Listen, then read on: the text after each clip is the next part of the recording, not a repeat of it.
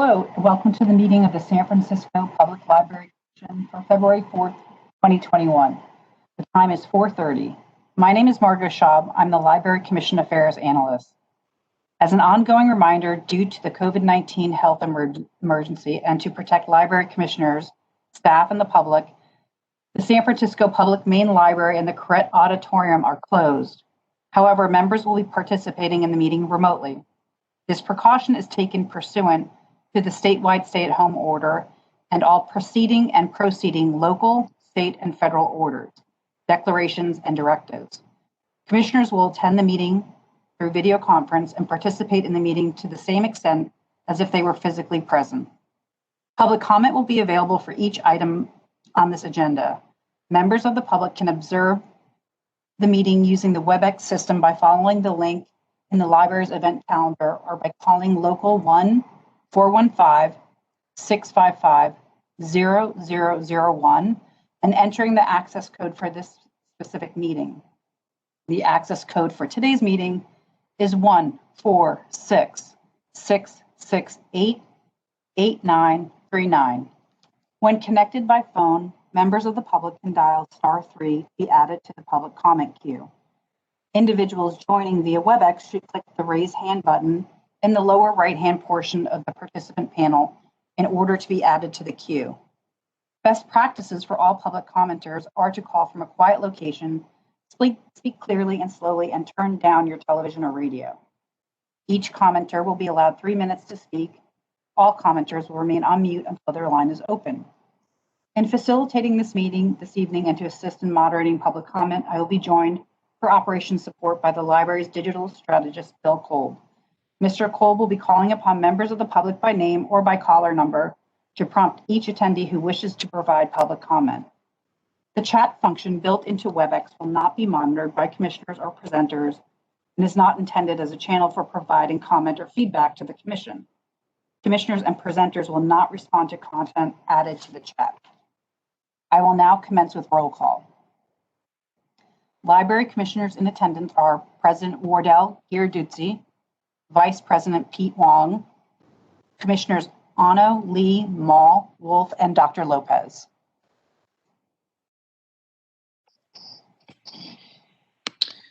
Thank you, Margot, very much for those opening comments. Hello and welcome to this meeting of the San Francisco Public Library, February 4th, 2021. I want to thank you, members of the public who are attending this meeting remotely. If you have not done so already, all the materials for this meeting are available for download on the Library Commission page of the library's website. That is at sfpl.org. We have a total of 5 agenda items today, so we're going to go and begin with item number 1 on our agenda, which is to open it up for general public comment. Members of the public who wish to provide general public comment should now raise their hands in order to be added to the queue. If you are using the WebEx interface, click the raise hand button in the lower right-hand portion of the screen. If you have called into the WebEx dial-in number at 1-415-655-0001, please press *3 to line up to speak. Madam Chair, Operations is checking to see if there are any callers in the queue. Operations will let us know if there are callers. If you have not done so already, please raise your hand in Webex or press *3 to be added to the queue. For those already on hold in the queue, please continue to wait until it is your turn to speak. Madam President, there is a commenter in the queue. Thank you, Operations. Please begin allowing general public comment. Caller 8, your 3 minutes begins now. Good afternoon. This is Peter Warfield, Executive Director of Library Users Association. We can be reached at libraryusers2004@yahoo.com and also by mail at P.O. Box 170544, San Francisco, California, 94117-0544. First of all, I want to say that technical matters, the quality of sound is extremely poor. Number two, I think it's unconscionable that somebody calling like I did at 4:28 and 4:29 and 4:30 got repeated comments from the system. You have entered an incorrect access code or PIN, or you have not set up a PIN for your account. It was only by 4:32 that I was able to get into the meeting, and you had already started making your general whatever it is you say about remote meetings. You need to review how well the technology is working. I can also tell you that your instructions on the agenda for getting into this system are in parts just wrong. The general public comment that I've got covers a number of areas that I think are very important, particularly in light of understanding the context of general budget matters coming up. The library, unfortunately, has not considered people who prefer to use real books, and especially hasn't considered those who don't have easy or any access to computers and the internet. That means that those people are disproportionately negatively affected by the lack of access to the library. I haven't seen a comprehensive plan for how you're going to replace the services the library has provided. I don't see a service standard, nor a comprehensive evaluation of the general operations. We see a lot of touting of virtual programs and increased virtual programs, but those who do not have computer access have had almost nothing but losses, and tremendous losses, including, for example, computer access, which, for example, might have made it possible for some people to get vaccination appointments. For example, how about doing a phone storyline for kids as well as the virtual one? Not to say that the virtual is bad, but there simply hasn't been, there's been a neglect of the virtual, of the non-virtual world of users, and that is disproportionately hurting all kinds of people that you should know about. 3 minutes. Thank you. Operations, is there another commenter in the queue? Madam President, there are no additional commenters at this time.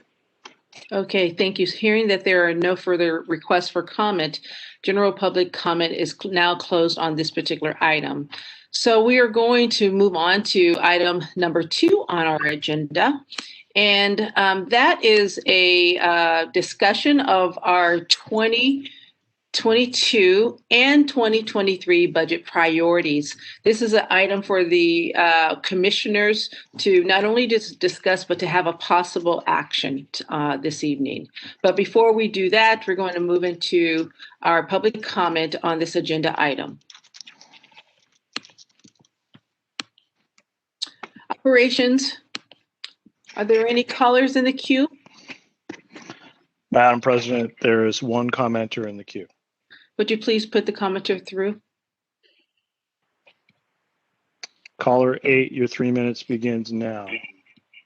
I don't know who caller 8 is. Who is that? And that would be you. All right. Will you start my time, please, now? When will my time start? I want 3 minutes. You should proceed speaking. I hope that my time was started when I started speaking. I don't understand why you're taking public comment now without having the slightest presentation of the budget priorities, either the documents or any kind of discussion as you usually have. Your budget document is thicker than usual. Once again, that's a question. I don't understand why you're not giving the presentation first. That way there's no way to comment on particularities or explanations of things. The library has been operating at dramatically lowered service. The fact is there has been tremendous drop in service to the public in general. And as I've said many times at this point, tremendous drop in the service that's available to those without access to a computer. The library used to talk about being the computer of last resort. The library used to talk about being democracy, bringing democracy. The library is severely falling down on that, and I don't see specifics with respect to the realities of the library's reduced activity as a library. And I don't see clarity with respect to what you're doing to make it up to the many folks, over 100,000 in San Francisco, according to a mayoral report that included a survey in the City and County of San Francisco Digital Equity Strategic Plan for 2019 to 24. And of course, those with the least access, not surprisingly, are racial minorities, poor people, and older people. Those people can't use computers anymore because you're completely closed. Where is any kind of substitute service for that, or any plan? Where is your review and putting some money into reviewing what you used to provide and what you're now providing? Where are your studies of what your service was? Your circulation, for example, is less than 1/10 of what you used to have. Well, where did those people go? What happened to those people using those materials? That needs to be specifically addressed in the budget, 3 minutes. and I do not see it. You've cut me off early on my time. Thank you. Madam President, at this time, we can transition to the presentation from our CFO, and then we can return to public comment again after the presentation. Thank you. Thank you. Sounds fine. Thank you. If I could get the first slide. Hello, everyone. Good evening. Heather Green, CFO with the library. It's a pleasure to be here with all of you. Next slide. We are coming here to the end of our top yellow arrow, the same time chart you've seen before, and we've entered a new yellow arrow potentially today for Commission budget proposal approval. After this, we are to submit, if Commission votes to approve, we would submit to the Controller's Office and Mayor's Budget Office by February 22nd. Next slide. No changes here, and I'll be running through several slides you've seen several times just for completeness. No changes here, just the overview information about our bottom line for each of the fiscal years. Next slide. And again, no changes here in our priorities. These are the same budget priorities we've been showing since the fall. What does it take to be the premier urban library? What does it take to deliver racial equity? And what does it take to support San Francisco's economic recovery? Next slide. You'll see highlights in a few places throughout the presentation where I'm trying to make it a little easier to see what has changed or where I'm trying to emphasize. So last time I was here, I flagged a couple of budget areas where we needed a little more time to bring forward coherent proposals. Those are highlighted here, our work orders and our capital investments. That's where I'll focus today, along with a brief return up top to our neighborhood collection hubs proposal, which I'll do next, and then we'll look at some options for the overall budget. Next slide. For the hubs, we heard you clearly last time that Commission believes a pilot approach would be best when it comes to trying out this new service delivery model in our neighborhoods. And we also heard and agree strongly that equity considerations of where to invest and how much are paramount. So we went back and looked at our thinking and the numbers, and we think the way to go and what we're proposing here is to invest in so the first site, which is already in the base budget, is at the Dog Patch. And then to invest in a second site in Hunter's View, where we know we can make an important equity investment. And we can do that with a $500,000 investment on top of the existing appropriation in fiscal 22.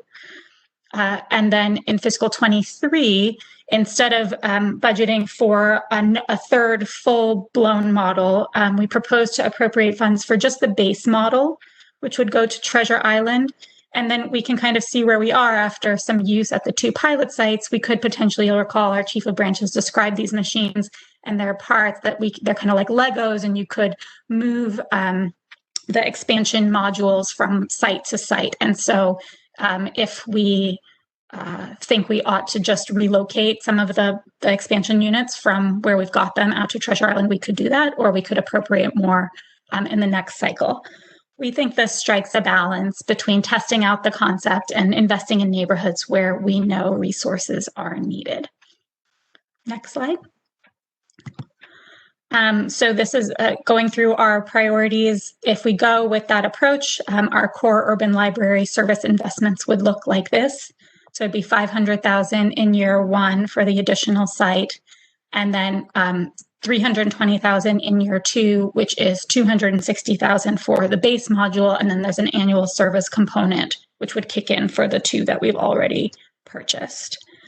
And then this is down below, it's highlighted, just these numbers are different from before, but those are just technical adjustments. So there's no change in the intended purpose there, which is to invest in our facilities for life safety and resilience purposes. Next slide. No changes on this slide. These are the proposals for, and again, I'll just keep saying it, that these investments proposed here are just a slice of our greater racial equity efforts, and we will continue to activate through our base and staff towards our racial equity goals.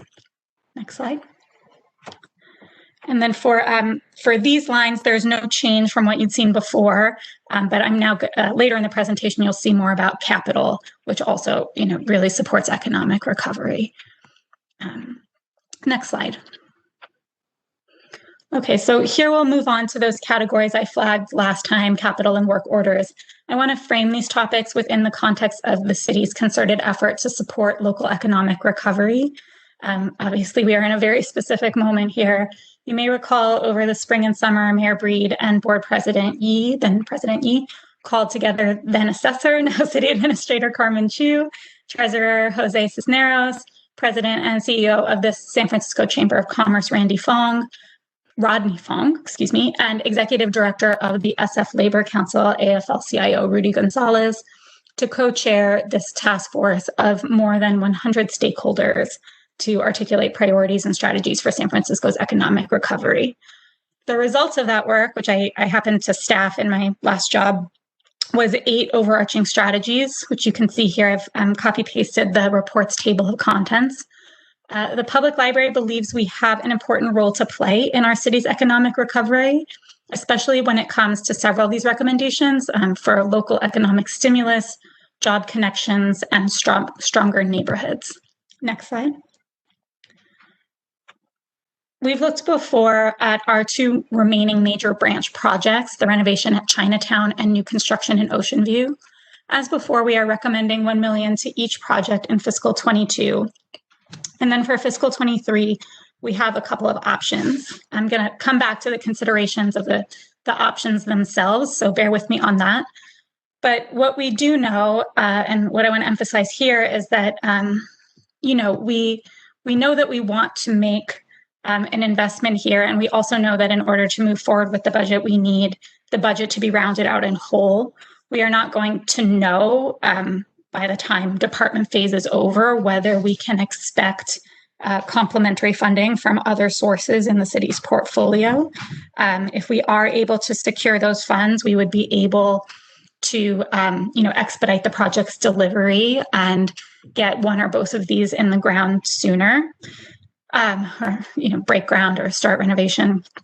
I think just worth noting though how important major construction projects like that can be for our local economy. So where the leading priority from the Economic Recovery Task Force was local economic stimulus, and the top line within that top line was supporting the local construction sector with public infrastructure investments and continued focus on major projects. There's a reason people care so much about construction. It's because every dollar of construction brings with it an amplifier effect when it comes to jobs, and I've shown that to you here. This is from our city's forthcoming capital plan, where for every $1 million in construction spending, you generate 4.48 local jobs. So this is obviously a priority for us, and we do want to try to get these projects whole as quickly as we can. Next slide. So these are the two projects, and here highlighted are the options that, again, we'll come back to once more. These are the projects that the library has in its portfolio that can support this economic recovery imperative, and we hope we can, help in that way. Next slide. The other two kind of major recovery strategies that the library has an obvious place where we can support are under job connections and imagining and building stronger neighborhoods. So where job connections is about facilitating and improving connections to jobs and exploring programs that hire local workers. One of the strategies there was about expanding subsidized employment and hiring. And then the imagining and building stronger neighborhoods is really about activating our arts and culture sectors and entertainment sectors, which have been especially hard hit during the recovery. There's some interesting data in the task force report about that if you're interested. But some of the strategies proposed are about catalyzing neighborhood recovery through the arts and identifying new revenue sources and supporting grant applications for arts funding. Really, the sector just needs revenue very, very badly. A lot of the revenue streams for them have dried up. And so how, we as a library obviously invested in the cultural wealth of San Francisco, want to try to support as best we can. Next slide. One of the ways we can achieve that, and what I'm highlighting here, are work orders. So work orders are budget lines that enable the library to receive and pay for the services of other city departments. What you see in the table here are some existing work orders we have in this space for your information. This is from the current budget. And these things tend to get renewed each year at roughly, equal levels, cost of living increase, that kind of thing. So we have the Writers' Corps program through the Arts Commission. We have a financial coach funded through the Treasurer and Tax Collector's Office of Financial Empowerment. And the Youth Works program, which is a youth employment program for low-income family youth, where they have both summer and school year slots of subsidized employment at minimum wage rates. This is an area where we've looked at the budget and we're trying to think about how we could most expedient deliver on these economic recovery imperatives. And so next slide, please. We worked with these partner departments to come up with some possibilities for how we can, mobilize the library in the direction of economic recovery on this front, especially around our neighborhood strength and our cultural strength. So you can see a handful of programs here with the Arts Commission envisioned. We're still fine-tuning the details of these exactly what you see here as an example scope of how much money would pay for. So, we could deliver stipends and grants directly to local writers to contribute to our COVID community archive. Likewise, for local media artists. There's an artist in residence program that they've actually done at the EOC, where artists engage with the moment and the location and generate work. We can do summer readings in the park. All of these things are possible, and we are really excited about the possibility of the library, just being of such direct service to communities that need it so much. We also talked with Treasurer Tax Collector, and we can add another double the financial coaching level of service. This program has been very popular and successful, and make sure that we have programming available, especially for our branches in low-income neighborhoods. And then talking with DCYF, this one is especially easy to scale, increasing the number of youth work slots supported by the library. And, we're in talking with Michelle Jeffers over at CPP, figuring out how we can connect this to the Yell program so that can be a subsidized employment opportunity. Everybody very excited about that. Next slide. So this is, again, it's a summary slide. I'll just highlight the bottom line here, really, which is that we have a total of one-time investments here by fiscal year, 4.5 million in 22 and 6.8 million posited in fiscal 23. this assumes 2.5 million in capital for now. That's kind of our leading option, option one, as I'll talk about in a second. And then you can see those translate into ongoing investments, 1.8 million in fiscal 22, and then relatively little in fiscal 23. Next slide. So if I can just try to like distill and concentrate us on what are the major outstanding variables. I mean, I think the good news is we've discussed and gotten most of the pieces of the budget largely known. Our org chart does not change dramatically year over year. So even though we are deployed to DSW work, as that winds down, hopefully all good things willing, in fiscal 22, we can restore library service through our existing budget. Our salaries and benefits and past year investments don't really move beyond cost of living increases. But what you see here are the pieces with kind of that are the more major variables. The main one lies in capital. As I mentioned, we're excited about the work orders piece or the economic recovery programmatic piece one way or another. And so we've held that constant in both options here. But you see a difference between how much we're putting forward into the capital projects. Like I mentioned in touching on them before, obviously we want to get these to wholly funded as quickly as possible because we can't deliver them till they're fully funded. But the option one gives us a little more flexibility coming for fiscal 23. And so that's kind of the trade-off. Given what a normal budget cycle looks like and the volume of proposals that tend to come through, we're recommending option one, which leaves almost 5 million to deal with ideas and needs in the next cycle, which could include more to Chinatown and Ocean View. We'd just have more information to make that decision at that time. And then, option two obviously lets us show even more of a commitment to those projects, which we would also like to do. So let's take a look at some slides with a ton of numbers now. Next slide, please. Okay, so I've tried to highlight, there's a ton of numbers here, I understand. Most of them are static from option one to option two. This is our budget universe. And I've highlighted a couple of things here.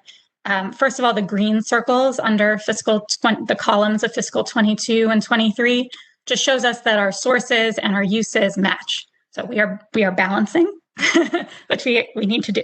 So that's good. That's clean. The 5.3 million up the topmost red circle here under LPF fund balance, that shows how much fund balance we need to use in order to achieve that balance. So you can see in fiscal 23, we are using 5.3 million of fund balance, and in fiscal 22, 5.3 million of fund balance, and in fiscal 23, I guess I should have put another red circle. There's that dash. We are not using any in the proposed budget. We're holding flat. The other two red circles down below show a $6.5 million capital investment. That's 2.5 to each of the major projects, like I said, and then 1.5 million all into the urgent repairs and improvements that we've discussed now a couple of times ago. That leaves our last red circle, 4.85 million for next cycle's budget proposals and also to absorb contingencies. So that's, those are our kind of big moving pieces, but that's good, that the department doesn't upend itself completely every year, in my opinion. Next slide, please. Okay, so in option two, you can see fiscal 22 is the same, and you can see that in the 5.3 million fund balance needed to balance. And then there's the delta between the two options is down here in capital, investing overall $3 million more in the major projects. Next slide. So just, for context, thinking about these options, highlighted differences. I just want to put this kind of in context with fund balance overall, because, we are lucky in that we have one, but that fund balance is also an important cushion for us, does important work. And it's basically our rainy day and economic reserve, because as a department with a set aside I'm sorry, Commissioner, some of you know this very well, but as a department with a set aside, we have to absorb any cost increases, lost revenue, unexpected things that come to us. If there were some kind of physical collapse at one of the facilities, like we need to solve our own problems.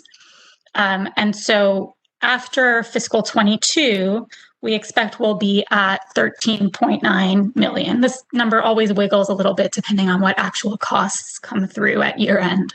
But that's what we're forecasting as of now. Looking ahead already to next budget cycle, even if we want to be aggressive and say we want to spend because these are unusual times and, we should be getting our money out the door, we would not recommend a fund balance less than $10 million. So just to give you, even that is low. It's much, much lower than it's been. For reference, a few years ago, even it was over $30 million.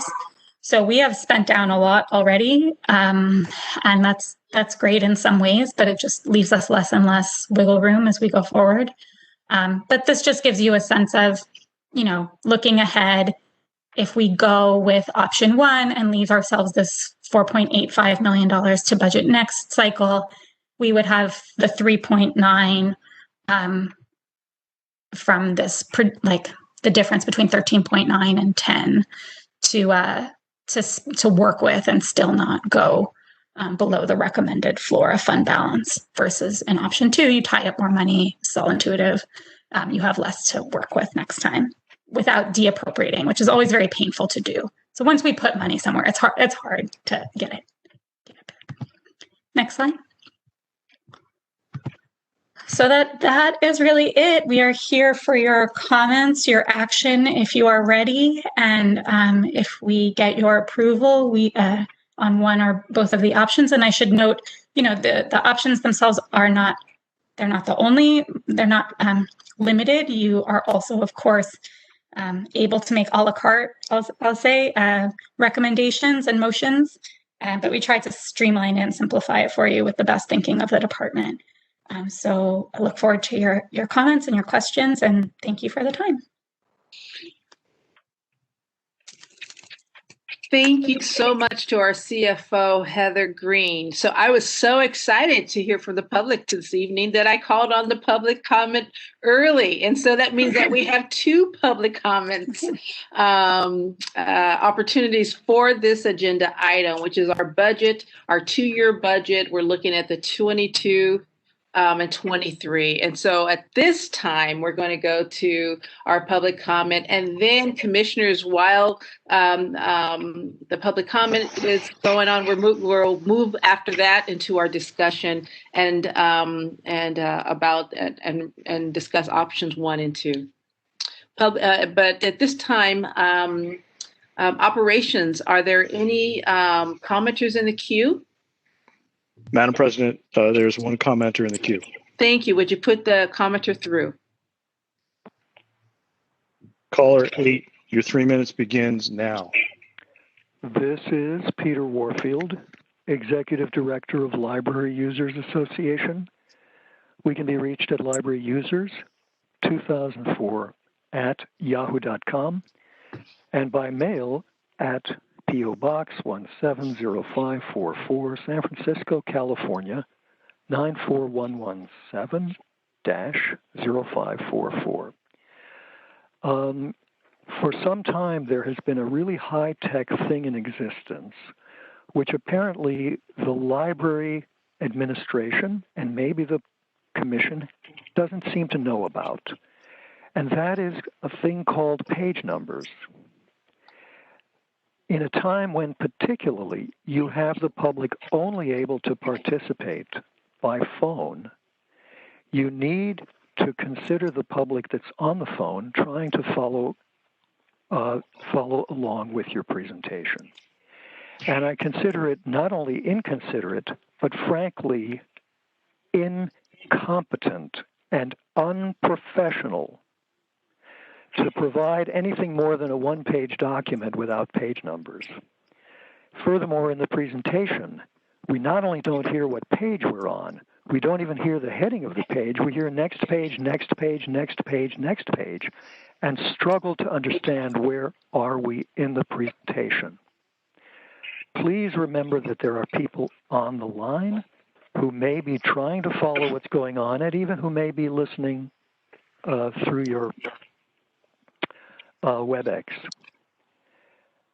Page numbers and page headings. The library is operating at 1/10 of the circulation that it had previously. It has 1/3 of the branches open only for to-go service. Where are the gobs and gobs of money going? On the last page, which we didn't even hear discussed, we're looking at a thing called collections detail, not discussed, not a word of it. Reductions of $550,000 in adult and $300,000 in youth to realign with mission opening schedule. Reduction of $500,000 in e-collections, anticipating return to in-person service in fiscal year 22. What is that about? We've talked about debookification. Are we debookifying here? I still have seen no analysis of where we were in the past and what we're going to do to make up the service to the public with the current budget. And not just throw this program, this program, and this program, throw money at it with no evidence of need or benefit. Thank you. Operations, are there any commenters in the queue? Further commenters? Madam President, there are no additional commenters in the queue. Okay, hearing that there's none, the public comment on this agenda item is now closed. So I'm going to now draw my attention to my fellow commissioners and make sure that I have my technology right here so I can see your hands as they are raised. I'm going to ask you to, I can't quite see my hand raise functionality. Now I do. All right, so I'm going to monitor that. And we have both an opportunity. Obviously, we should have opportunity for discussion if you have any questions and or comments for our CFO Green, as well as our city librarian or any member of the management team that is here. And also, but we also have an opportunity. She has presented to us two options. We know that we can take a action this evening. And our hope is that if you have any questions that's unclear to you, that now is the time that you would make sure that you give CFO Green an opportunity to address them. I'm going to go ahead and begin our commissioner discussion with Commissioner Wolf. If you can unmute yourself. Thank you. Thank you, CFO Heather Green. You came up to speed so quickly since you're still relatively new, and I just want to appreciate and thank you for your efforts. I also want to thank Librarian Michael Lambert and the team for listening to what we had to say last time about the library hubs, the sort of the new vending machine. I think we all are so eager to make sure that access is equal and everyone has access across this mighty city of San Francisco and all of its nooks and crannies. So I'm excited to see what happens. And I do hope that you can provide us with updates and some of the great analytics that I'm sure you will be conducting with this project. I have great confidence in the librarian team to put great books in these vending machines, and I look forward to actually going and seeing one in person and seeing how it works. But thank you for being so thoughtful about what we had to say, and also making sure that every nook and cranny, every person in the city has access. I do want to just make, in reviewing options 1 and 2, I would just like to say that I've given this a lot of thought and kind of reviewing the materials in advance. And I really would like to voice my support of option one. What I like about this is that it is still acknowledging our very strong and firm commitment to addressing the needs of the branches in Chinatown and in Ocean View.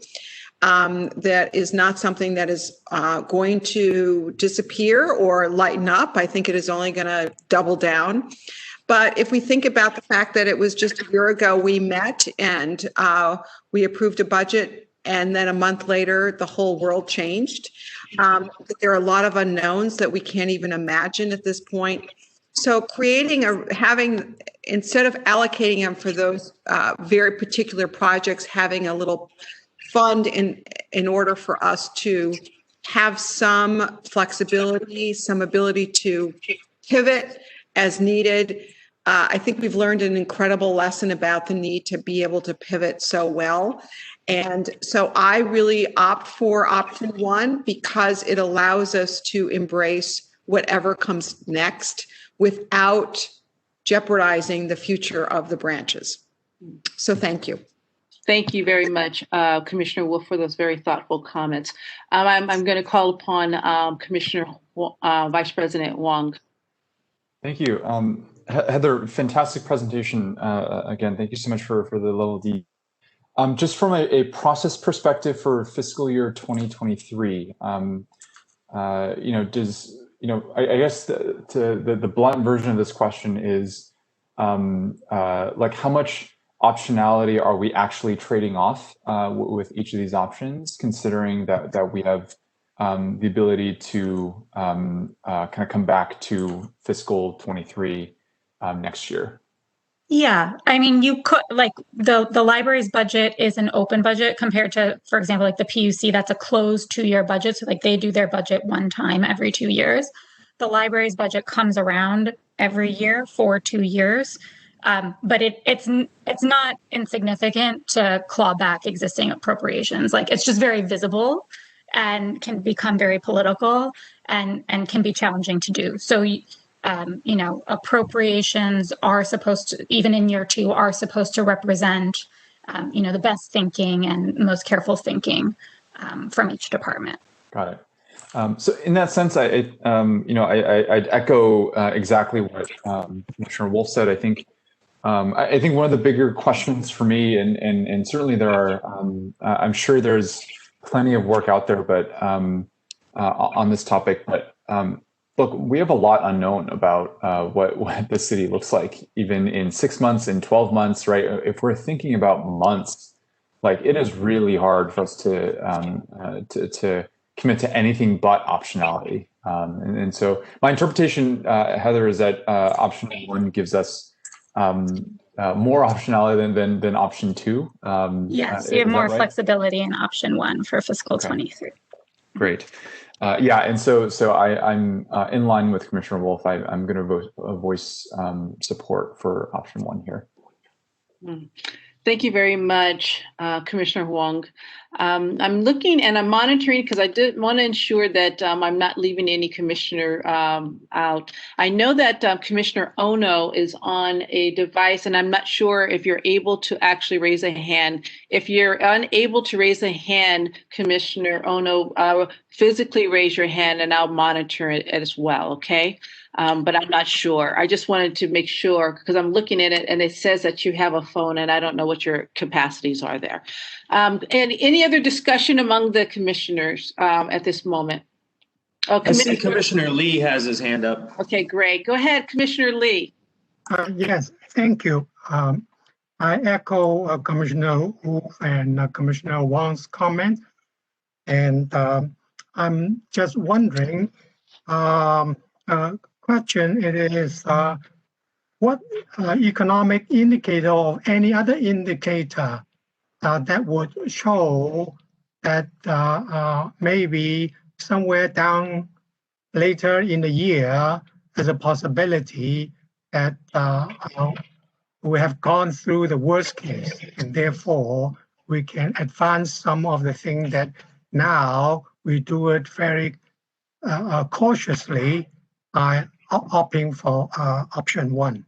So personally, I like the option 1, but also like to gain some understanding of what are the indicators that we need to be watching, and therefore we feel that is probably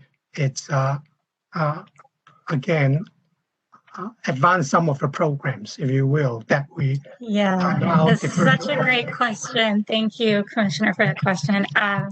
So I'm just like having deja vu with my old job. I'm sorry. So because there's exactly the kinds of questions that we were asking on the Economic Recovery Task Force. The task force laid out these 8 overarching priority areas with dozens of strategies underneath them. And then in the end, the question was, well, how will you know how you're doing? How will we know when San Francisco is recovering and has recovered? There is a very long answer to that question, I think, which the most important part of which I know from City Hall is that, just building back San Francisco's economy as it was is not the aim of the city.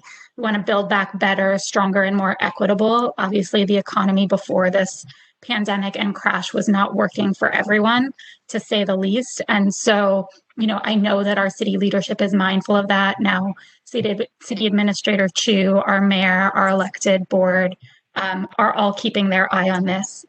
The other short component of the answer to your question is there is not an established set of indicators for the city's recovery yet. I expect that the controller's office, that same core City Hall leadership team, will be putting those together in order to be able to tell the story of San Francisco's recovery, because you really can't do that without data. But those have not been agreed upon yet. I think that the closest that we get going day to day and just trying to tread water, keep afloat, is listening to some of the reports from our city economist, Ted Egan, who will put forward numbers. There are a number of interesting data points he pulled for the Economic Recovery Task Force, and I am happy to point Commission to the presentations that were made for the task force, which include some of this data, but obviously our unemployment numbers, our labor force numbers, and he also looks at some particular sectors, particularly hospitality, because that's so huge for San Francisco's economy, the hotel assessment and so on. And then, also looking at our transit and our travel in flights in and out through SFO is a huge indicator for us. Also, BART and Muni usage. I mean, those have tremendous implications for downtown and downtown businesses. And then also looking at our rents and property tax, property costs with implications for property tax revenue. So we have a handful of things that I know we've been looking at as a city, but I think it's really important for people in your position to keep asking that question, because we do need something that will give us a coherent story of recovery and make sure that we are getting where we really want to go, which is a more equitable and just city. Thank you for sharing your insight.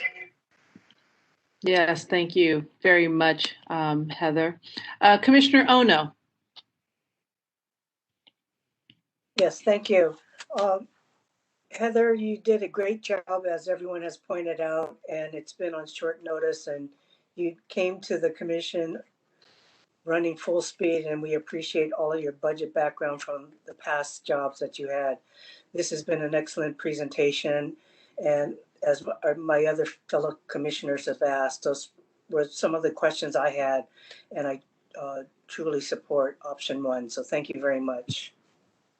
Thank you, and thank you to all the commissioners for your kind remarks. Thank you. Hard virtually.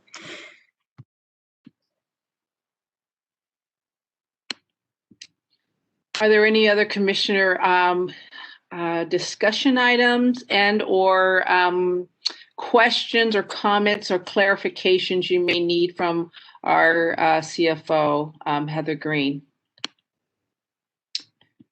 While I'm monitoring the hand raises, I will say from my comment, you know what I really appreciated, Heather? I put a little asterisk by this, how she framed the budgetary needs and opportunities within the context of the Economic Recovery Task Force and took the overarching areas and then aligned them to that. I think that is what I call mission aligned budget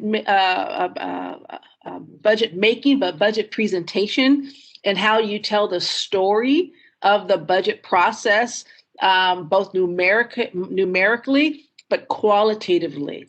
And as an academic person who loves qualitative research, but I know the power of all research, there's a lot of power when you can tell the story with qualitative narratives for quantitative data points. And I think that you've done that here.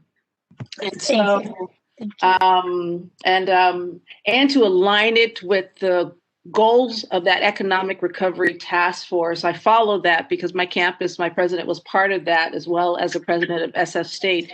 And so we were able to, go back and participate in the things that we were asked to do by, at the time, by Carmen Chu and others. And this budget really does align with that, and trying to respond to not so much the San Francisco pre-pandemic in regard to where we were economically, but obviously we're never going to be that one. But part of the issue is that particular San Francisco was problematic fundamentally from an economic perspective. And so the principles of the Economic Recovery Task Force had a whole different perspective than perhaps we've ever seen before. And those principles around equity were always central. So I really like your presentation, Heather. Thank you. It spoke my language. Is there anyone else there? We have two. I'm just going to start summarizing now. We have two commissioners, Commissioner Huang and also as Commissioner Wolf, who will lead off, that both gave feedback on option number one, and also we heard from Commissioner Lee as well as Ono. So what I like to do is that we do need to, I think that we've asked all the questions, and I've been really kind of stretching the time to make sure that everyone has had asked what they need to do. So I am going to call the question. Is there a motion that someone would like to make as it relates to the adoption of option number one? This is Commissioner Wolf. I would be happy to make a motion to approve the budget as presented with option one. I second. Okay. We have a motion made by Commissioner Wolf, and we have a second on the motion that was made by Commissioner Mall. Let me make my notes here. Did I hear the voices right? I think I know my commissioner's voices. Okay. So we're going to do roll call here because we're not in correct together. So we have to do it in the virtual way. So I will call your name, kind of like going back to grade school again. When I call your name, you will say aye or nay or no on the motion that made. And I'm only going to call the remaining commissioners. Vice President Huang. Aye. Commissioner Ono. Aye. Commissioner Lee. Aye. Commissioner Dr. Lopez. Aye. And I, as President Wardell, I say aye as well. And so the motion unanimously is approved. Thank you so much, Heather Green, for your work. Thank you. And making it very clear for us and for the public as well. So we are going to move on to item number 3 on our agenda, which is the City Librarians Report. And our City Librarian, this is an opportunity for our City Librarian to make both announcements as other updates on the activities of the library. Thank you, Madam President. I have a number of items to share this evening, and I'm pleased to introduce our first presenter. Randy McClure is our Chief Analytics Officer, and he's been tracking our COVID-19 response from the beginning. He has an update on our SFPL COVID-19 response. Randy? Thank you, Michael, and good evening, Commissioners. My name again, Randy McClure, and I'm here to present an update on the San Francisco Public Library's response to the COVID-19 emergency now that we're 1 year into the pandemic. Next slide, please. So you may recall that we gave this presentation to the Commission back in June of 2020, and a lot has changed in the intervening 8 months. As it says still at the top of the slide, though, we've continued to provide robust access to services and resources while also expanding our range of services within a new service model. So we'll be covering the 9 topics listed here on the slide in the bullet points. And also note throughout this presentation in the accompanying green bubble you see there on the right, you'll see a few of these. We have sprinkled in some timely testimonials from our patrons. So I won't be reading the full quotes to you. There's plenty of it and it'll just take too much time, but I do want to call your attention to these. You'll see them as we move through the presentation. Here in this one, as an example, we have a comment from a Yelper about our COVID-19 response. Next slide, please. So let's start with our current COVID-19 service map. This is as of this week. Obviously, we know about SFPL to Go, our holds pickup service, which is currently active at 10 locations. The 9 dots listed in blue on the map, plus the 1 purple dot at Visitation Valley in the lower right hand corner. The reason Visitation Valley is purple is because it signifies co-location. It's a co-location site with a community learning hub. SFPL to Go, our mobile outreach bookmobile service, is currently active at 4 locations, which are designated by the red dots on the map. And our partnership with DCYF to provide community learning hubs is active at 7 SFPL locations, designated on the map by the 6 pink dots, plus again, the 1 purple dot at Visitation Valley. Next slide, please. And that takes us to this slide where we are pleased to announce that we will be opening 2 more SFPL to Go locations on February 16th, a little bit under 2 weeks from now. The Bayview, Linda Brooks Burton branch and the Park branch will become our 11th and 12th SFPL to Go sites, obviously providing patrons in those communities much needed access to materials. Next slide, please. So let's now jump into some of the data examining the SFPL to Go service. As you recall, certainly, the service began at the main library and the Excelsior branch library in August. And we have steadily added more locations since, currently 10, as I mentioned before. The bar graph you see here shows the growth pattern in patronage and visitors as we have expanded the service. We're now in a pattern of seeing approximately 1,600 to 2,000 patrons on the days when all of our sites are open. And as an aggregate, we've already welcomed over 150,000 of our patrons back through SFPL to Go to date. I'd like to also call your attention briefly to the 2 peaks that are circled by the blue oval on the top right of the slide. Those are interesting because they were the Tuesdays after both the Christmas and New Year's holidays, our busiest days of service so far. And so even though the city was under a regional stay-at-home order, many folks still needed to get out and get their hands on their materials, as we see on those particular days. Next slide, please. So this slide takes a look at circulation as well in SFPL to Go. Because there is a bit of a lag in the data collection on this, it only shows information through late December. But still, you see a pattern of growth similar to what you saw in the previous slide. And in the aggregate, the San Francisco Public Library has so far circulated over 250,000 materials through the SFPL to Go service. Next slide, please.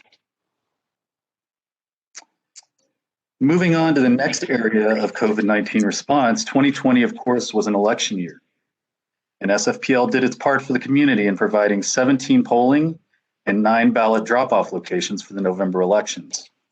As you can see here within the data, again, note the 2 blue ovals, we received nearly 13,500 in-person ballots and another 33,500 dropped off ballots for this very important civic exercise totaling almost 50,000 ballots out of over 400,000 that were cast in San Francisco in the November elections.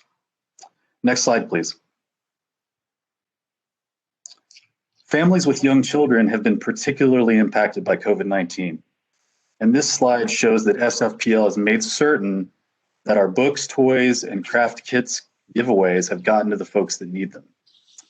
From July to December 2020, so that 6-month period, the first half of this fiscal year, over 50,000 materials were placed directly into children's hands. And you can see on the slide the various ways in which that was done. Next slide, please. Moving over to programming. Our virtual programming has continued to pivot and learn and produce wonderful content throughout the pandemic. And as you can see from the two tables on this slide, both Sweet Stories and youth programming have discovered that these offerings have two different audiences. The live views of these programs tend to number in the range of dozens, but the later on-demand views of the same programs often reaches well into the hundreds, suggesting that many of these programs have an evergreen component. Next slide, please. And from the adult programming side, you see a similar phenomenon.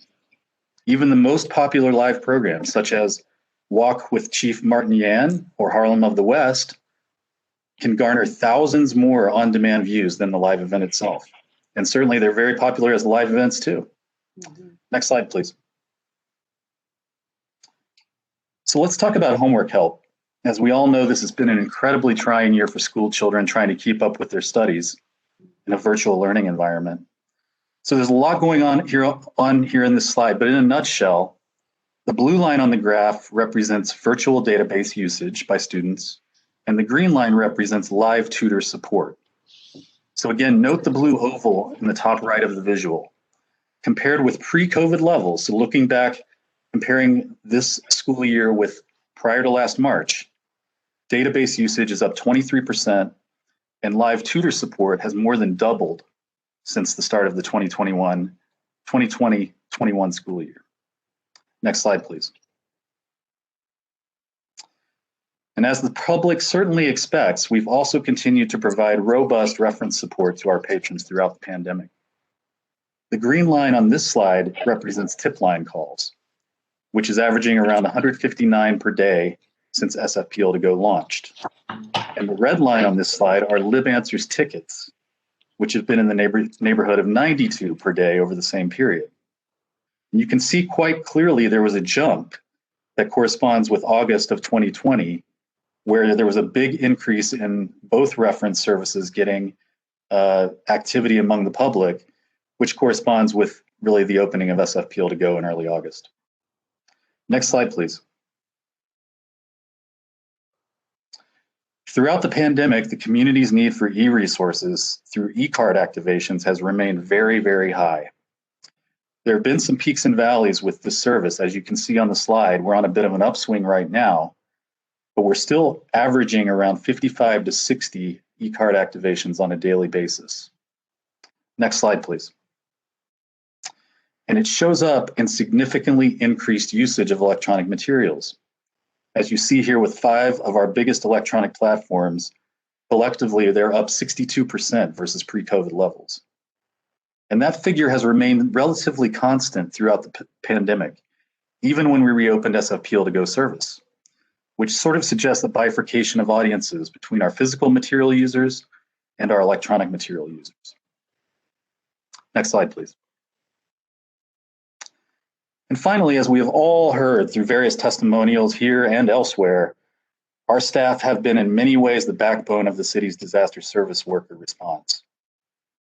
There's a lot going on in this slide too, but if you look at the orange portion of the graph at the top, that area represents the relative share of our workforce that have been deployed as DSWs throughout the pandemic.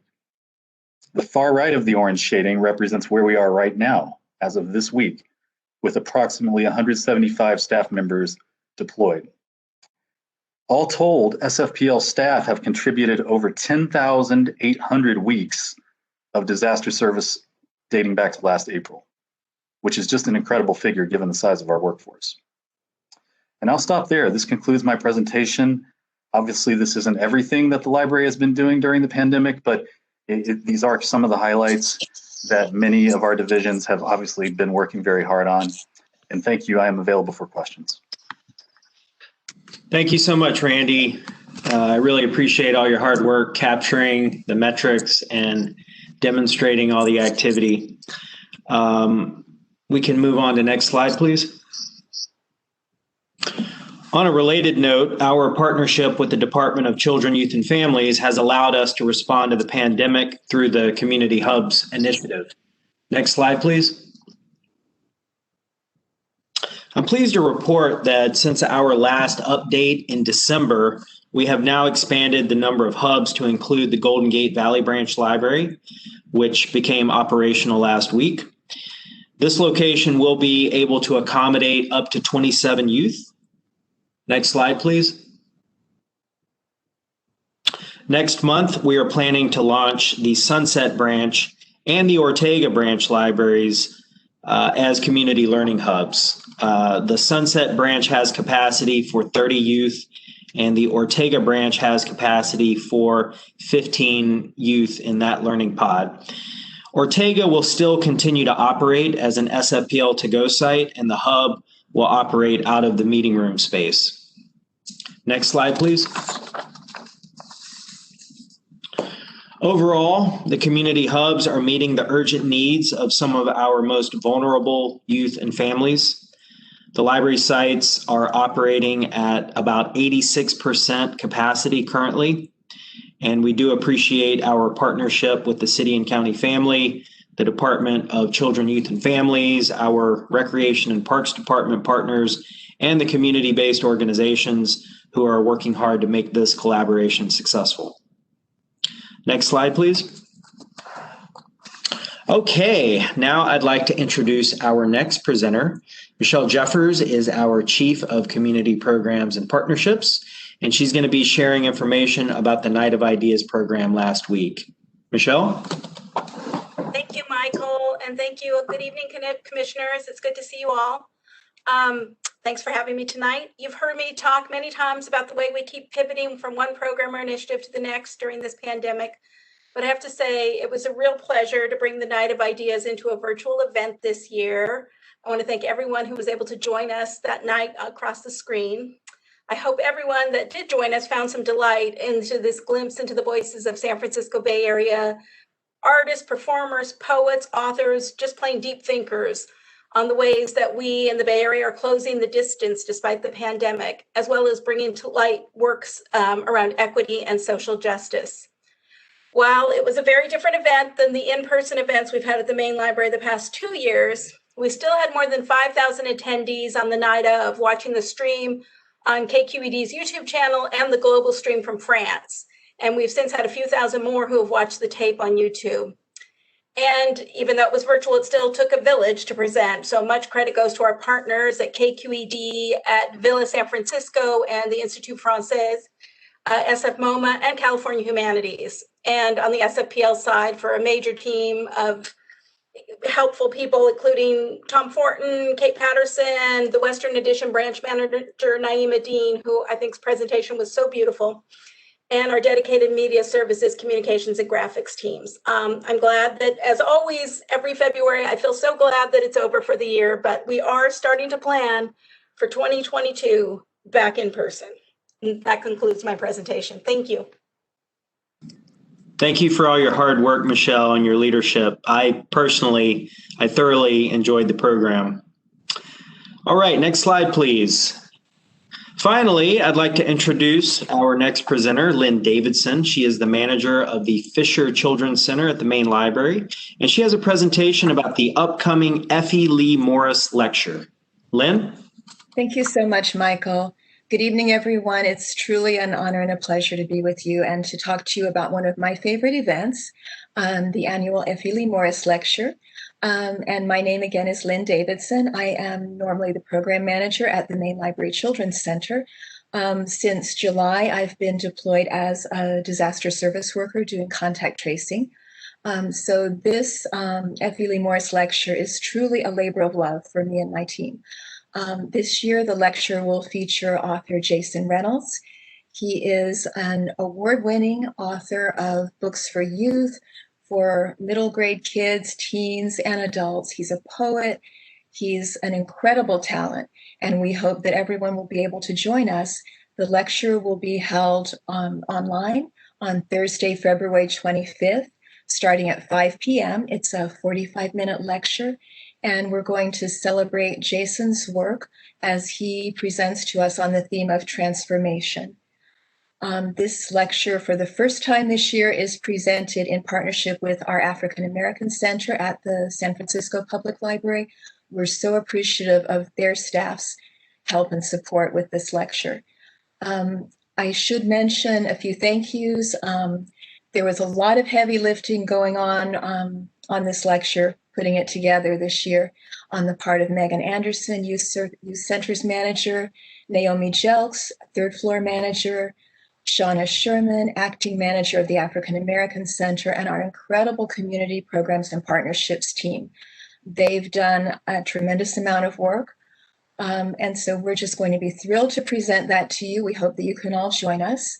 The history of the Effie Lee Morris lecture is important to note because right now you're looking at a picture of two people. You're looking at our author, Jason Reynolds. On your right, on your left, you're looking at a picture of the lady for whom this lecture was named, and that's Ms. Effie Lee Morris. Ms. Morris passed in 2009, but she was the first ever coordinator of children's services at the San Francisco Public Library. In 1971, she became the first African-American president of the Public Library Association. She was one of the founders of the San Francisco chapter of the Women's National Book Association, and the local WNBA chapter has also been an important partner for us throughout the entire time we've done this lecture series. Effie Lee Morris was a champion of the rights of all children to be included, to read, to see themselves reflected in literature. And she is the person for whom the lecture is named, and not only the lecture, but the Effie Lee Morris Research and Historical Collection of Children's Materials in our main children's center. So our previous lecture guests have included last year names like Renee Watson, who spoke on the miracle of joy, how stories heal, Isabel Campoy, who spoke on the theme of Mi Voz Latina for a choir of diversity in children's literature. We've had Shane Evans, we've had Gary Soto, Christian Robinson, whom you might recognize from doing the artwork for some of our previous Summer Stride programs. We've had Thatcher Hurd, Alma Florada, Tommy DePaula, Lawrence Yep. These are just some of the authors and illustrators who have honored us with their presence at some of these lectures every year. So we're just thrilled to have Jason Reynolds join us this year. And typically the audiences for these lectures are adults. They are librarians, artists, writers in our local community, teachers, illustrators. But this year we're hoping not only to have adults join us on our online version of this lecture, but also kids of all ages as well. We're sure that Jason and his theme will be very, very meaningful to everyone, to people of all ages. Next slide, please. So right now you're looking at another picture of Jason. He has been the National Ambassador for Young People's Literature on behalf of the Library of Congress for the past year. He's an incredible speaker. He is a transformative poet.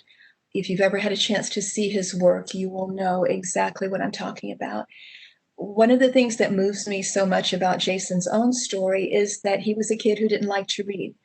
And until he was 17, he had never really read a book cover to cover with any attention and joy. And he began to see the power of words, the power of reading to transform kids' lives. And he also realized that you have to really engage kids, engage anyone, right there on the first page. So his books are easy to read, easy to relate to, easy to understand. And they're not just for kids, they're for adults, for everyone, for all of our communities. Jason's got a rich body of work. He's a New York Times best-selling author. He is a National Book Award finalist for his novel, Ghost. He is also a Coretta Scott King John Steptoe Award winner for his first book in 2004. He is also the adapter of Ibram X. Kendi's magisterial work called Stamped from the Beginning, A History of Racist Ideas in America. And Jason worked very closely with Professor Kendi. And in 2020, the two of them published Stamped, which is a young people's version that Jason has adapted of Kendi's work. It's super important to have kids engaging with these ideas. And so this book is a transformative work, and we are looking forward to Jason discussing that as well. Jason is also a Newbery Honor Award winner for Long Way Down, which is a novel in verse for young people about a young man and how his life is turned upside down when his brother is shot. He's also written Look Both Ways, another National Book Award finalist for young people's literature. It's a story in 10 blocks. Each chapter talks about a different block. And he is the author of All American Boys, which is a book about two young men, one black, one white, and how the changes come about in their lives when they confront the fact that racism didn't die with the civil rights movement. So we are really looking forward to hosting Jason and to having our audience have the benefit of seeing him live and in person on February 25th. Next slide, please. And you're looking right now at an array of Jason's books, some of which I've mentioned. But this just shows you the diversity that we have in the Maine Children's Center, in our collections, in our programming. When we were doing programming and access to collections in person every day, it also gives you an idea of the rich diversity of programs and voices that we're continuing to elevate as part of our children's programming and youth programming in the library. And it's been a transformative year for all of us. It's been a year that's taken so much from us, that's asked so much of us, and that's transformed the way we do library services. So this program, doing it this way in this unique online environment, gives us who normally put together an in-person lecture for the Effie Lee Morris program, it gives us the chance to connect with our audiences in different ways and to do different things. It's given us a chance to renew our commitment to diversity, racial justice, and equity in new and different ways. It's given us a chance to partner with the African American Center of SFPL. And we in the Maine Children's Center are thrilled by the partnership. They've offered an incredible amount of guidance and heavy lifting and work that's really uplifting this lecture this year. And we're also thrilled to be able to do something that we've never done before, that I have never done before, which is to present and host a lecture in an online environment for audiences not just in San Francisco, but beyond. So we are thrilled with this unique opportunity. We're hopeful that everyone will embrace this lecture with Jason Reynolds and have the benefit of listening to him, learning from him, and just enjoying him. And that'll be on Thursday, February 25th, starting at 5 o'clock. Registration is on the library's website. And we just are very appreciative for this opportunity. I want to thank Michael for his incredible leadership as we've put all of these new initiatives together throughout the library. Our incredible SFPL library team that is working nonstop to deliver these incredible lectures, books, and access to all of our communities, and to our library commissioners for listening and for embracing and uplifting all of our programs. So again, thank you very, very much. Please be transformed with us on February 25th. Thank you so much, Lynn, for the presentation, and thank you for your service as a disaster service worker. This Effie Lee Morris lecture, it really epitomizes the transformational power of reading, but you are also a shining example of San Francisco Public Library's best. And you have been performing life-saving work during this pandemic with grace and professionalism. So I just want to thank you for all that you do. And that concludes the City Librarians Report. Thank you. So with that, we are going to go to public comment on this item. And operations, are there any commenters in the queue? Madam President, there's one commenter in the queue. Thank you. Would you put the commenter through? Caller number 8, your 3 minutes begins now. This is not caller number 8, as you well know, and you could give the name if you wanted to, or just say you're next. This is Peter Warfield, Executive Director of Library Users Association. We can be reached at libraryusers2004@yahoo.com and at P.O. Box 170544, San Francisco, California 94117. Thank you for all of these presentations. Some of them, certainly the COVID response, should have been separate items. So let's start out. I'm so glad I read How to Lie with Statistics. This is a totally happy talk report. It does not make comparisons with former service to show how drastically reduced the library's service has become. It's got 1/10 of the locations, and those only open for pickup. It's got 1/10 of the circulation approximately of what it's had before. And those figures should be shown because that would give perhaps an impetus to where the library would want to go. We've heard only about the wonderful virtual. What about the folks that do not have access? Those are, of course, more than any other groups, minorities, poor people, poorer people, and older folks. The election report is terrific. I'm glad to see that. I think that was a nice thing for the library to do. I do think you might want to send these to the Trump impeachment trial so that they can find some stuff to try and pick at. The high level of participation seems really impressive as our city, for our city.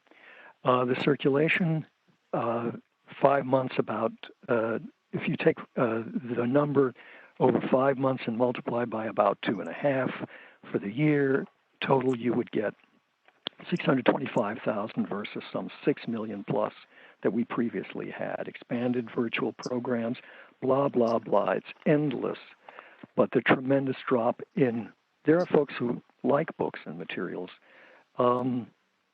The library cards, I was shocked when I found at the main site an African-American young man who wanted a library card. He was told he has to go online and can't do it there. I would like to say more, but Effie Lee Morris was a true treasure. I considered her a friend and learned a lot about the library. I would think it would be very nice if you could get a phone service, phone connection like the Board of Supervisors, so that you could have any number of people without access, and that includes poor and black folks, to be able to call in by telephone. 3 minutes. Thank you. Operations, are there any further callers in the queue? Madam President, there's an additional commenter in the queue. Thank you. Would you put the commenter through?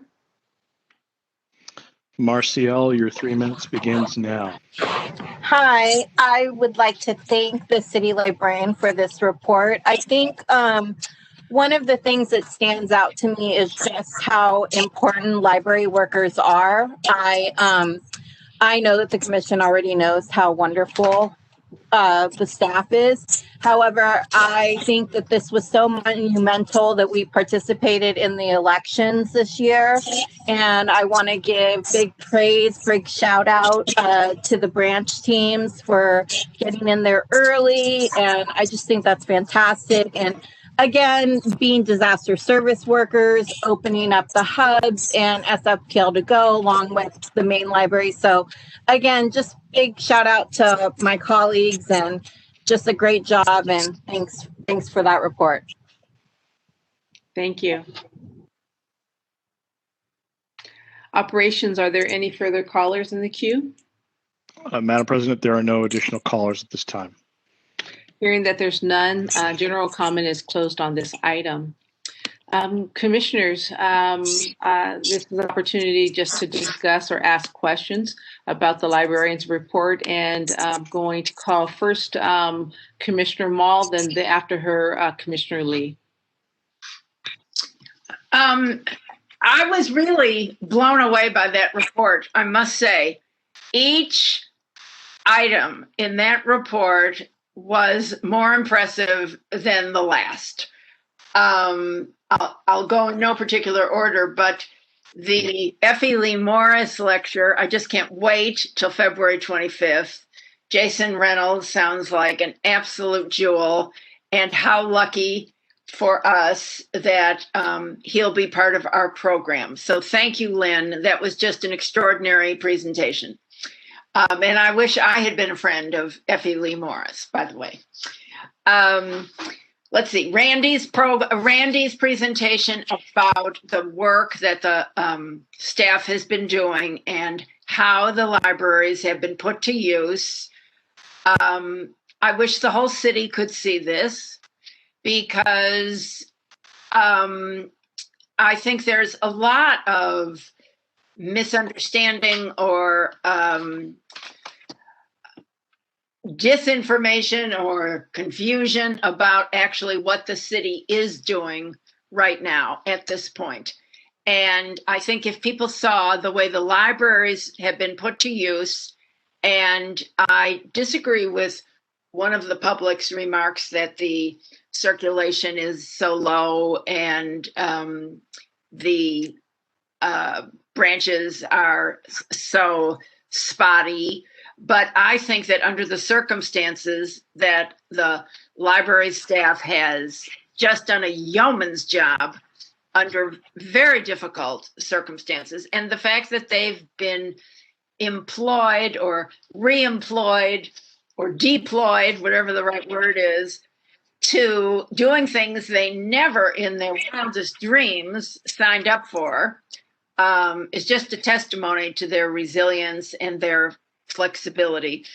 I've been very upset that the students the San Francisco Unified School District students have not been in session. And I think that the city is taking a very strong position to try to urge the school district to get the kids back in school. And the newspapers and media all over the country have been commenting on this. I feel very proud as a library commissioner that I feel that we are really ahead of the game and not really up for any criticism about the way that the library, SFPL, has handled this pandemic and been able to serve the residents in perhaps a limited way. Yes, I'll agree with that. But nonetheless, people are able to get books. I myself signed up for Canopy the other night because I'm taking a documentary film class and I needed a film that I couldn't find anywhere else. And I am not super technologically savvy, but I contacted the library, and within 12 hours, I got a lovely response on how to do it, and et cetera and so forth. And I'm now a Canopy subscriber, I guess you could say. And that's just a marvelous, marvelous program. That the fact that it's free. And anyway, I won't go on and on, but I just really was really thrilled with that report tonight. So bravo to everyone. Thank you so much, Commissioner Mall. Commissioner Lee, and then after Commissioner Lee, Commissioner Lopez. Great. Yes, first of all, Randy, I appreciate you putting this report together. It's meaningful. I mean, to me, it is so meaningful that one can draw a lot of very useful sort of information I also want to, again, commend the staff and the leadership team of their versatility, their dedication and professionalism. When people are not doing this every day, and then it just happened, and you do so fabulously well. So I just want to echo the same sentiment, if you will. My third one is I'm just wondering, with that particular patron base of chart, and I look at it, and I said there's an increase of about 20,000 in 10 months. And when I think about the population base and so on and so forth, that is really not a lot. If that were the case, what is holding people back, so to speak? Either for one reason or another, people seem to not. I mean, if it were doubled, then I would be less surprised. But seeing that only 20,000, so to speak, when we have to shelter in place, and yet I can think of a few reasons, but it's just my guess. I have no way of confirming. I mean, I can understand in the case of people may not have a device, but for many people, they do have device these days. And then I can think of a second reason, people may not have internet, so that would be a barrier. Or for another one, that would be people may not be as digitally literate. And again, those are the sort of barrier holding them back. So I'm just wondering out loud, there is nothing that I can think of whether there are opportunities that exist that going on, and how it is that we can sort of having people become more aware of libraries' resources despite the shelter in place. So that is just my side conversation, because I've been racking my brain about the patrons that missing out the wonderful resources that library has been offering. Thank you so much, Commissioner Lee. Commissioner Lopez. Hello. Thank you to all the presenters. The information has been amazing. It's been great. I share the same sentiment, and it makes me feel proud to be a commissioner for such an amazing library and all the work. Randy, I appreciate your report. I mean, you covered so many bases in terms of usage, and stats are not my thing. However, I was able to follow and see the graphs were really easy to understand. I do have a question, and just in terms, and maybe I probably did not look directly, but I was also wondering, and this is just a question, just out of curiosity, if we can get information as the type of books, bilingual books in primer, and specifically that are being checked out, or like the materials. I don't know if that's doable, and obviously that's something that I'm just curious. It's not urgent. I just wanted to see, the types of materials that are being checked out, if possible. If not, I totally understand. But thank you so much, Andy. I like I said before, it was easy to follow. And the elections definitely, I agree with the other commissioners. We're providing services that people do not recognize as typical services of libraries, and yet there's extensive services that were given to our community, the hubs, the election, everything that is going on. And then, Lynn, I definitely want to be there.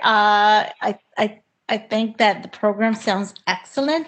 And I do want to say something that you mentioned, which is true, is that right now, and yes, it's probably because of, the times that we're living right now, but these services are being watched by people outside San Francisco. Not, these are programming that other people are benefiting from and that they can tune in. So it's amazing. Thank you so much for the work. And I think that you definitely have done a great promotional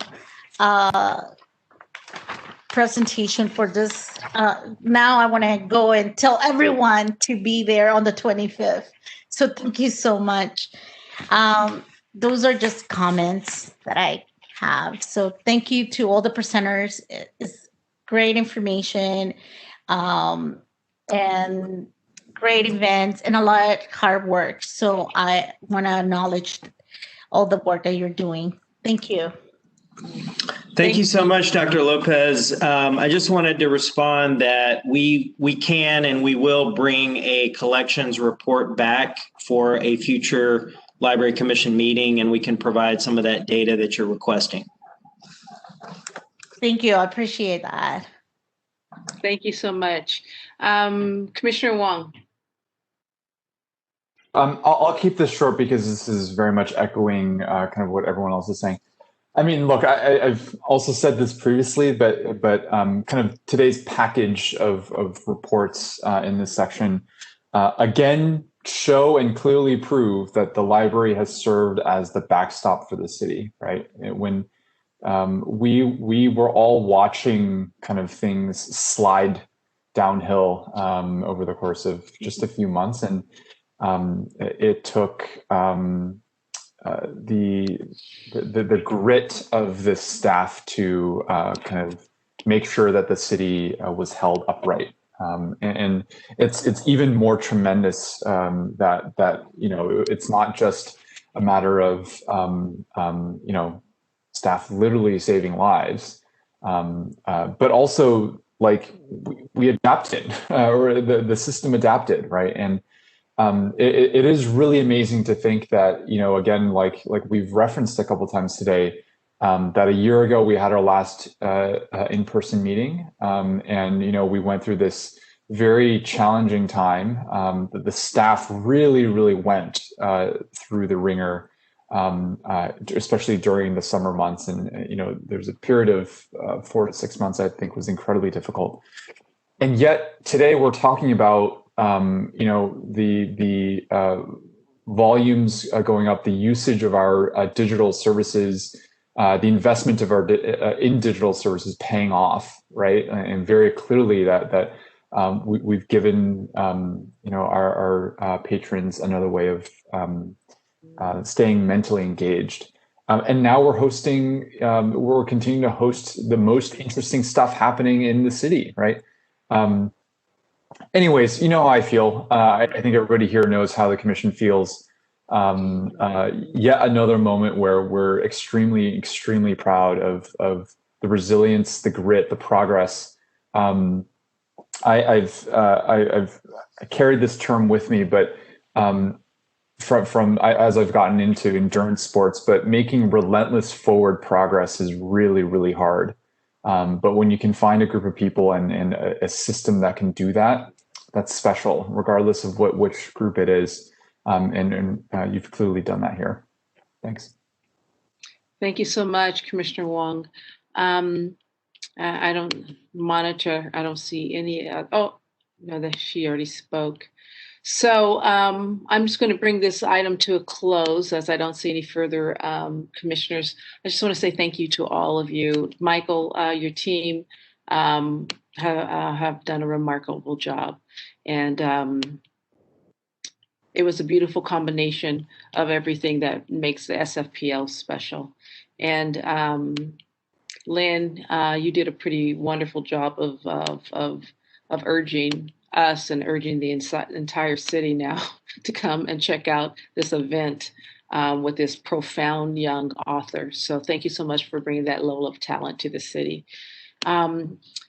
So with that, we're going to move on from that remarkable librarian's report, and we're moving on to the fourth item of our evening.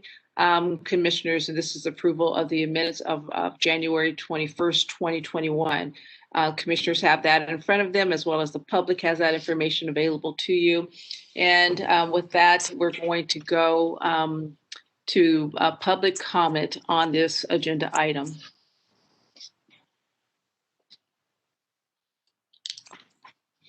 Operations, are there any commenters in the queue? Madam President, there are presently no commenters in the queue. Oh, one just popped up. Thank you. Would you put the commenter through? Caller number 8, your 3 minutes begins now. This is not caller number 8. This is Peter Warfield.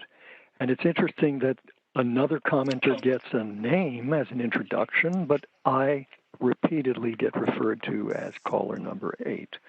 Madam Chair, I think that's inappropriate and discouragement for the members of the public that evidently are second-class citizens who don't even have a name. This is Peter Warfield, Executive Director of Library Users Association. We can be reached at libraryusers2004@yahoo.com. We can also be reached by mail at P.O. Box 170544, San Francisco, California, 94117-0544. I do have a number of points to make on the agenda, the minutes.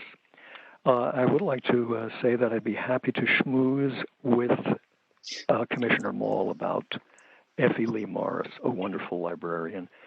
And I would love to hear more details about her at the Library Commission and or at the event, which once again, 100,000 San Franciscans will be unable to attend because they don't have internet access. Over 100,000. City of New York has a story time by phone. There's no reason the city of San Francisco couldn't make access to those folks, to folks who don't have access, couldn't do it by phone. The minutes have a number of unfortunate typographical errors, which I won't go into, but there are some substantive ones. If you want to ask me after my time, it's fine. There is an important one that is on item 4 concerning my public comment. It says on the budget priorities, referring to my comment, he expressed concerns about service standards and measurement. Well, I expressed concern about the lack of there being no evident service standards and performance measurement. Without those two clarifying words on one on one and 3 on the other, that just doesn't make sense, and it certainly doesn't represent what I said. In fact, it represents the reverse. On item 5, the very last line of our comment is as a regular user of the tip line and Books to Go, he has not seen anything about this new service. I'd appreciate those changes. Thank you. 3 minutes. Thank you. Operations, are there any further commenters in the queue? Madam President, there are no additional commenters at this time. Okay. Hearing that there's none, the public comment on this agenda item is now closed. Commissioners, we have the minutes of January 21st before us, and it requires an action. Is there any discussion?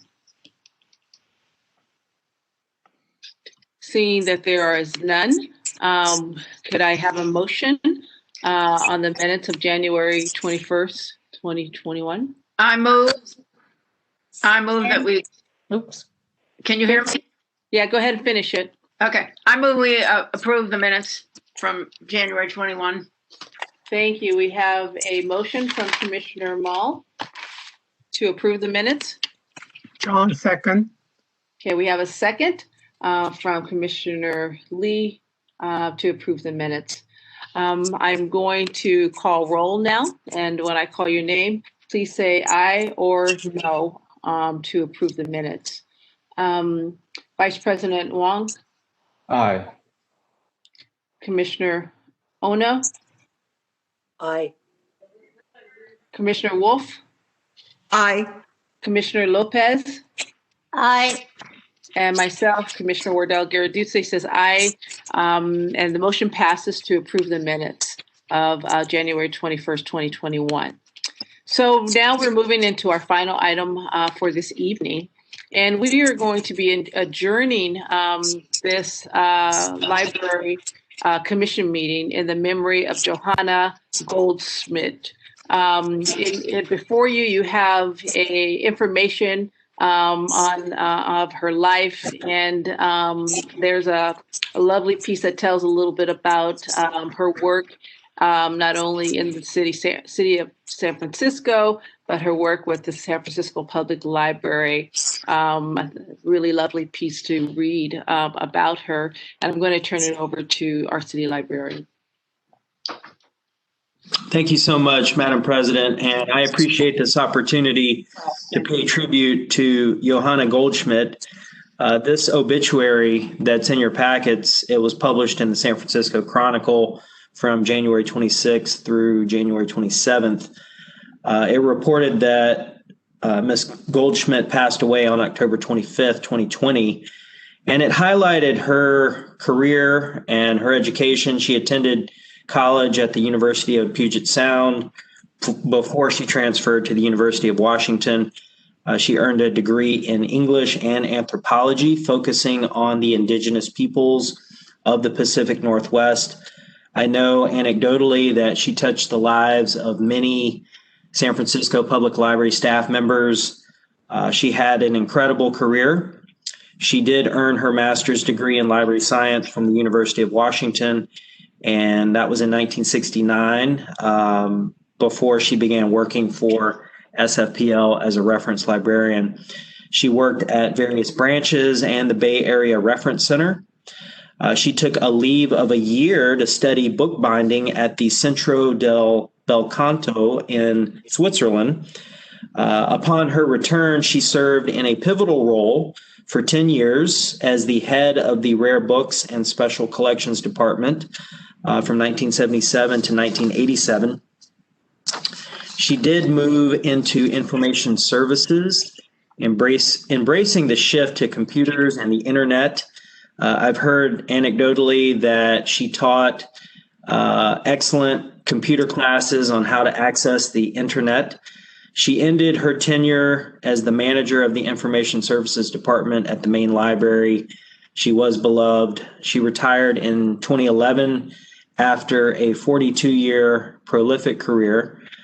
She was also active in the book arts community as a member of the Hand Bookbinders of California. She served on the board of directors and as president.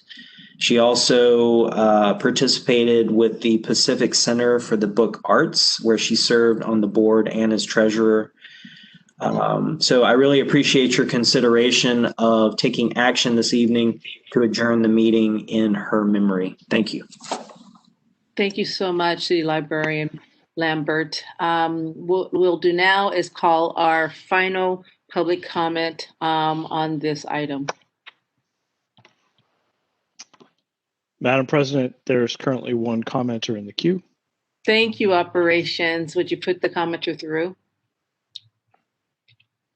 Andrea, your 3 minutes begins now. Thank you, Bill. I prefer caller number 13, if you don't mind. Anyhow, this is Andrea Grimes. Hello, Commissioners, Michael, Lambert.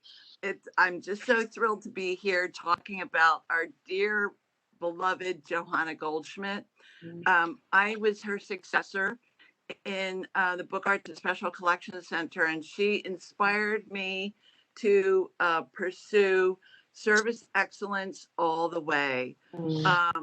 She was incredible.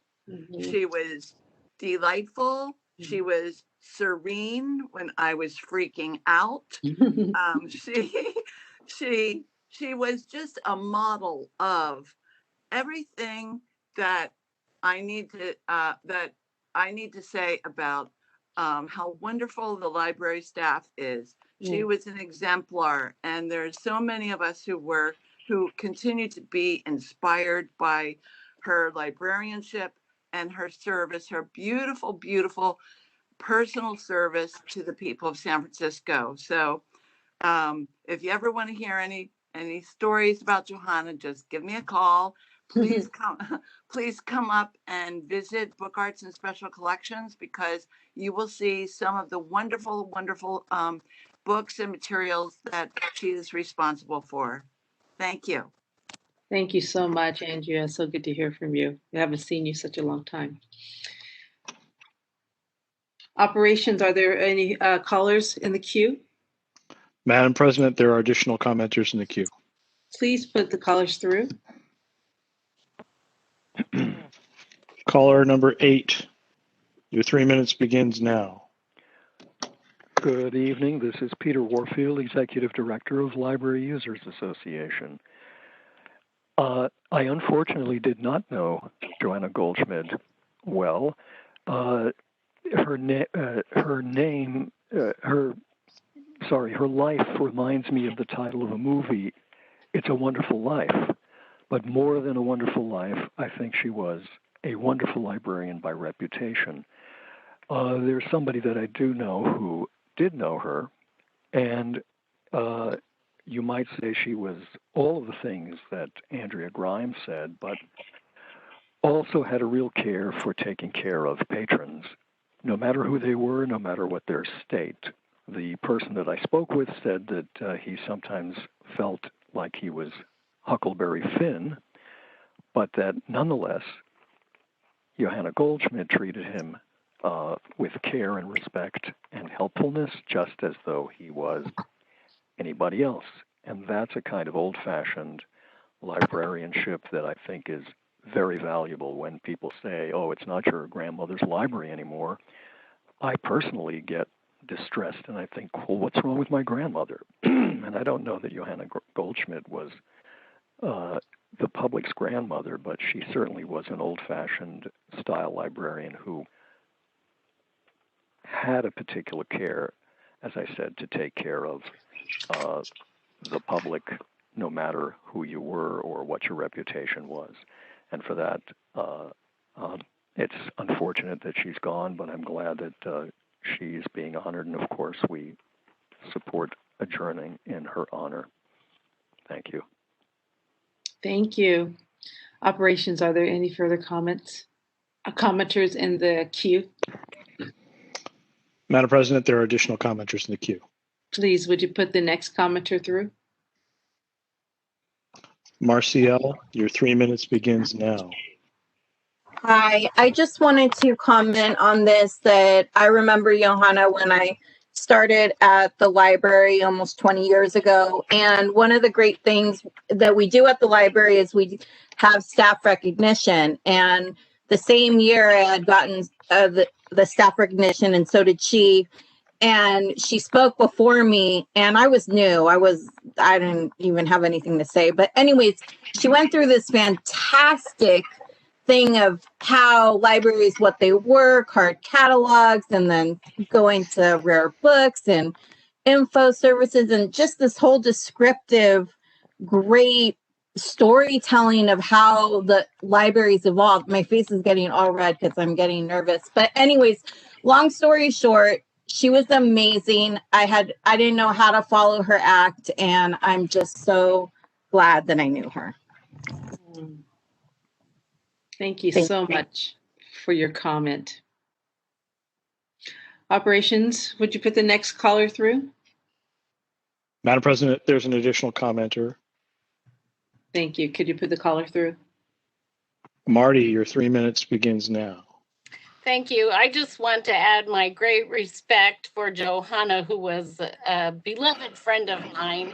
And one thing that I always was impressed by was the fact that every time someone approached the desk, Johanna met them with a smile, and they were the most important person she had met that day. Whether she had heard the same question a number of times, it was always a new question, and she answered with great care and great respect for everyone she met, and that's something I admire more than I can say. Thank you so much for sharing that. Operations, are there any further commenters in the queue? Madam President, there are no additional commenters at this time. Okay. Hearing that there's no additional commenters, our final general comment is now closed. Commissioners, we have a beautiful obituary before us of Johanna Goldsmith, and at this time, I would like to Goldschmidt, and at this time, I'd like to call for a motion to adjourn. I move we adjourn the meeting tonight. Thank you. We have a motion by Commissioner Kamal, and we have a second by Commissioner Wong. I will call you, and when you hear my name, when you hear your name, say aye or no to the motion to adjourn in the memory of Johanna Goldsmith. Commissioner Ono? Aye. Commissioner Lee? Aye. Commissioner Wolf? Aye. Commissioner Lopez? Aye. And finally, myself, Commissioner Wardell, aye. So we do adjourn this meeting of the San Francisco Public Library, February 4th, 2021, in the memory of Johanna Goldsmith. Thank you all for your attention this evening. Thank you for the public who remained to the very end. This meeting is now dismissed or closed. Thank you.